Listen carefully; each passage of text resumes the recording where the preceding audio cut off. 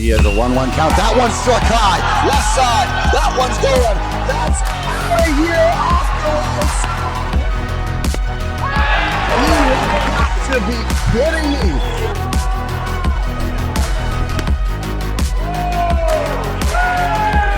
Fireworks. Here you go.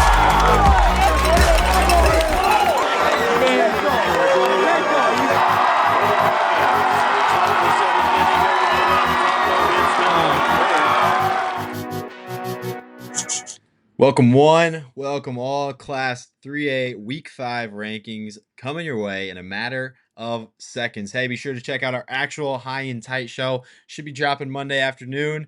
Be sure to check it out. We're going to be kind of going through some mid-season awards, I think, kind of giving some hot takes. You know, it's always a fun show. It's a totally different flip from this, Angel, where we're just based off the stats. I mean, that's when we really get to open up and kind of discuss what's our opinions and what's on our mind here across the state. But you're here to see rankings. We're here to give them to you. 15 through 11, Class 3A. Let's boogie. We got a new team here, Andrew. Grinnell, really good week. Swept Solon. I mean, not too much to complain about. This team deserves a top spot right here in the top 15. Yeah, and they weren't initially on. I haven't seen them on the honorable mention list prior to this or anything close. I don't think so. I'd have to check with our 3A ranker on that, but I didn't see them on there, and all of a sudden now they're 13, and I go, that makes sense. That makes sense. Solon's a tough team. If they rock it there, they beat CPU as well, and they split that, I believe. And so ultimately, yeah, I think I like what he's saying there. Much like like a wild tiger would stalk their prey, I think Grinnell has been quietly stalking the top 15, and so it's easy to see that. I like them there. They're fun. They're really fun to watch. Again, they started the year a little rough, but they have since come out strong. 15 wins, nothing to laugh at for sure. I would say the honorable mention list, those teams from last week are probably like, what the heck, man? Like, they just jumped all of us. Nah, I guess I usually start with our honorable mention. So here you go. You'll get some credit if you pay attention here and listen. But the honorable mentions this week for Class 3A, again, our ranker. 3A ranker is only one to do this, so you 3A fans are lucky. Lewis Central, Algona, Waverly, Shellrock, Creston, and Sadell sitting on the outside looking in. Sadell has just become accustomed to that honorable mention spot. They've been sitting there for a while. I got to say, I saw Brady Hicks though against North Polk. Man, he's good. He's really good. I was so impressed. They lost 2-1 in extras. I was so impressed with Mr. Hicks and Sadell. I just got to give him a shout out there, even though they don't crack the rankings this week. That guy's must watch every time he takes the mound. So I'm excited to follow him, and he's a freshman, so we get to see him for plenty more. But hopping into the top 10 in Class 3A, we've got some movement. Nothing really off the charts this week. We were talking before the show, Andrew. Assumption. This team just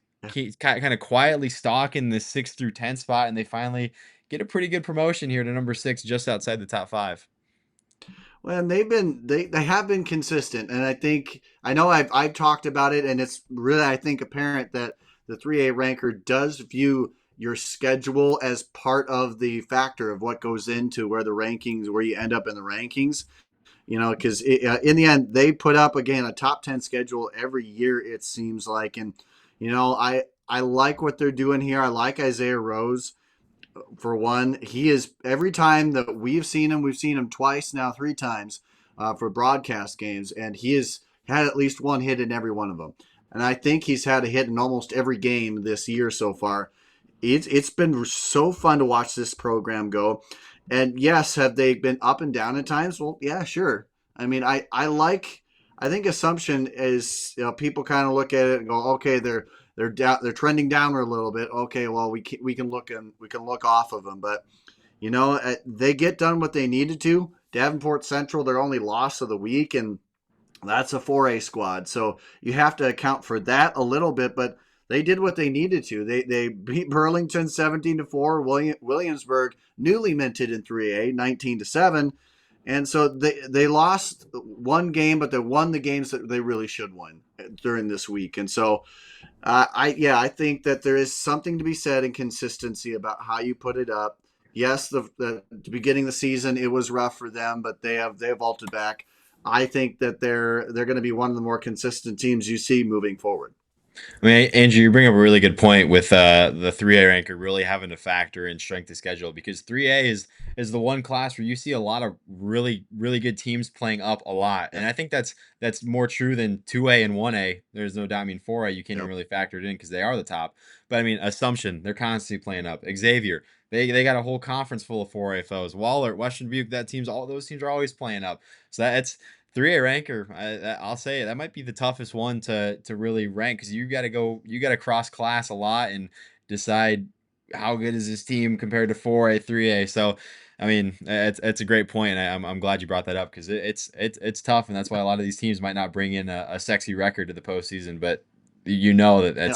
that team is a lot better than their losses show. So that was 10 through 6 in class 3. As you can see, Xavier jumps up into the top 10. Solon and Harlan, kind of a little bit of a slip up in their Rough weeks. week. They drop, and rightfully so. Central DeWitt hanging out in that 8 spot. They hold that down. But we do have movement here in the top 5, as you can see. We had some teams drop out, like Solon. Someone's got to take that number 5 spot, Andrew, and it is none other than Heelan. We love Yep. this 1-2 punch, and 6-0 week for the Crusaders. This team might be clicking at the right time. Oh yeah, and it was this week they expanded upon their win against Dowling at the end of last week at the Catholic Classic. They outscored opponents 57-14, and they're going to ride on their pitching.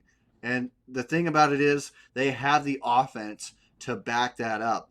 And what I like about it is that no matter what, you got guys like Raiden Erickson behind the plate, who is always going to. I mean, I rarely see him have one go by him. I mean, that'll happen, but he is, when you get consistency behind the plate, you get the chance. Like, I've seen him dart it to first, and I've seen confidence back there. And when you have guys like Lefevre, when you have Bleeker on the mound, and you have a guy who can easily catch that. I mean, you hit up 90, and the guy can follow that. So ultimately, yeah, they've been almost just as consistent as Assumption, and we talk about them with consistency. But Heelan, they've done nothing but win so far. Yeah, this week was perfect for them, and top 3 marks and strikeouts, ERA, batting average against. So this is a team that will beat you with the pitching, even though it's coming. I like where they're at. Absolutely. Well, Andrew, we've had the same top 4 all year besides 1 week. Harlan snuck up to number 4 1 week. Besides that, it's been Waller, North Polk, Marion, and Western Dubuque. And these teams haven't been staying in their same spot every week. These teams have been shuffling. Our 3A ranker is constantly trying to find what it's like when your batting lineup ain't quite clicking. You're constantly shuffling around seeing what's clicking. And these teams have been shuffling around 4 through 1 for a long time. Western Dubuque has kind of found a staple at number 1, but we got more movement here, 4 through 1, and it starts here with Waller Catholic. You see a 3-3 week, Andrew, from the Golden Eagles, but you're telling me it might be a little different story. Yeah, I mean, in the end, what was their slate that they went up against? I mean, Right. it was one that included Western Dubuque, and they beat the doubleheader that we got to broadcast there, and they split that, obviously going 1-1. But the big thing is their 2 losses to one of the hottest teams in 4A, Iowa City High.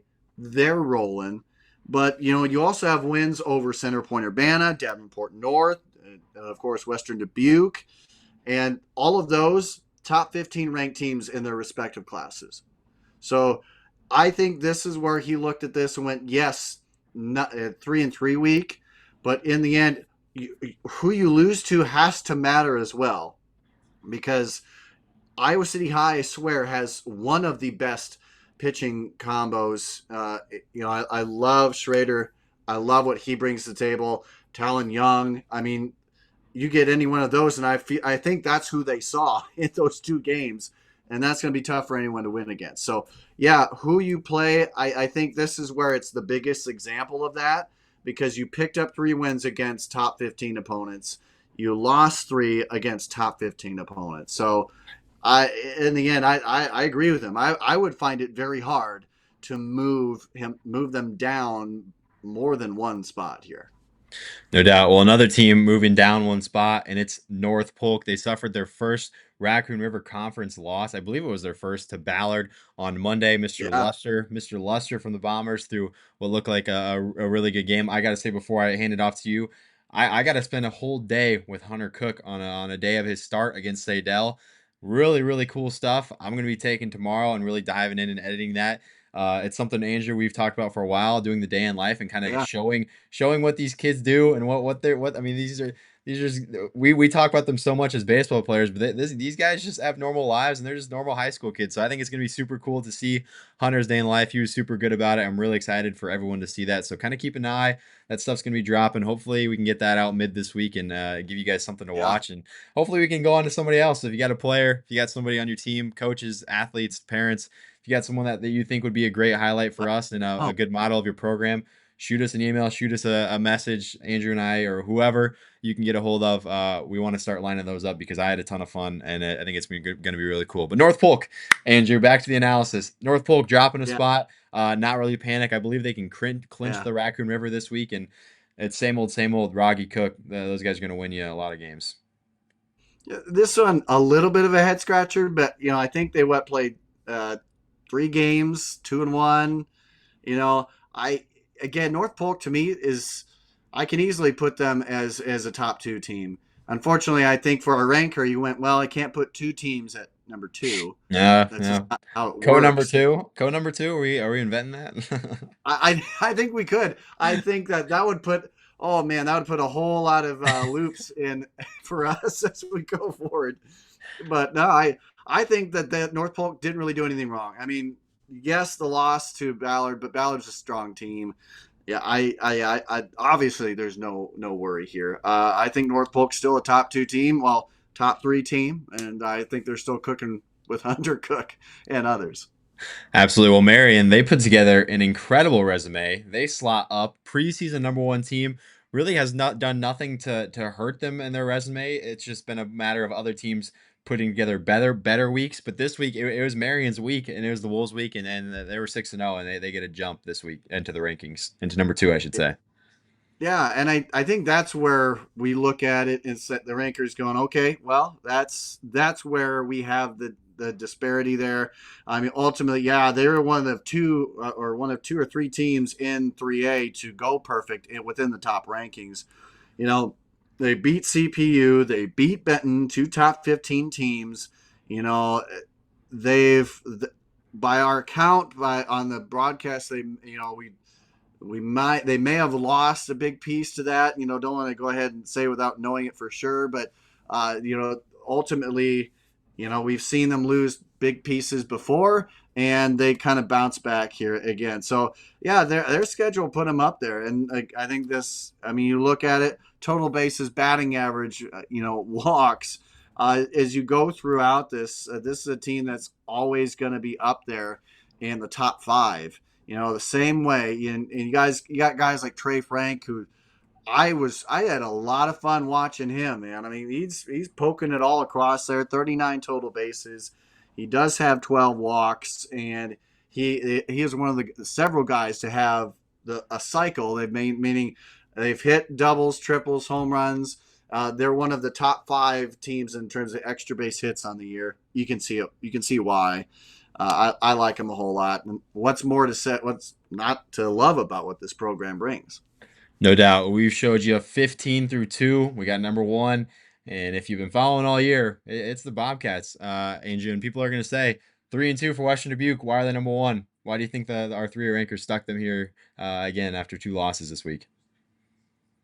Well, I'm going to go ahead and say kind of a similar tune to what we saw with Wallert, in the fact that you go up against a slate that they have, and ultimately they've less than half their schedule has been against 3A teams. So they've batted up a class most of the time here. And just take a look at who they've played this week alone: Cedar Falls, West Delaware, Wallert. Yeah, I think for me if to see them go down would mean that they lose the majority of those games. If they lost to West Delaware, yeah, that could have pegged them down. But Cedar Falls always has a good team there. It's always a tough one. Waller, we got the chance to see that one, and my goodness, that was it was a tale of two halves there. But this is a team that, what did they do? They made you pitch to them, and then they got you scared to pitch to them, and then you got guys walking. I mean, this is a team that has, if I'm not mistaken here, I got to look at, make sure to have my notes. They've had the most instances of being hit by pitch or walk in the class. So think about that. You get hit, you get free bases, and you don't have to light it up in the stat column. You get a guy on first, steal over to second, a single could bring him in, and that's most of what they've done. They get on base and they walk. Again, they have the most hit by pitch batters in the class. That is a really high number at this point, but they can beat you in many different ways. So they force you to throw it over the plate, and they get there. Again, sometimes they run into a Wallert team that was really, really good, but I think to split it there says a lot. So I think they've earned that spot, and other teams need to do 6-0 against top 5 teams, in my estimation, to see Western Dubuque go down off of that spot. Western Dubuque is too good. And the thing about it here, Kate, as I wrap it up, I promise, is when I watched them, I could tell they weren't at full tilt, right? They were not at their full stride. And I talked with Coach after the game, and he agreed. He said, like, we are not playing our best baseball. And if you hear that now, that's got to scare you. Anybody else, that's got to scare you. Any other team trying to get up there. So that would scare me. So that's why I think they're there. I do want to give a shout out to Brett Harris. We did it on our broadcast, but I want to give a quick shout out here. He's going through a brain tumor, and he is still playing at the top of his game. He's still playing really good. He's going through ups and downs with what that is, but it was really cool to see several teams come there in that doubleheader to catch him and say hi to him. But we got an interview with him. We're going to go ahead and put that up here that's up at some point this week. So just a shout out to him, his strength, and what his family's going through. And as I've been told, things are still on as normal. He's still projected to do a lot of good things off at the college level, and so I hope he does. But everyone pray for him and his family as he goes through this. Incredible stuff, Andrew. Like really, really cool story there, and it just makes that team even more fun to follow. And they were already a ton of fun to follow. So great stuff as always from Class 3A. We appreciate you for tuning in, guys. 18 minutes and we're rolling. This is a perfect amount. We hope you had fun. Go check out the other rankings. Go follow us on social media.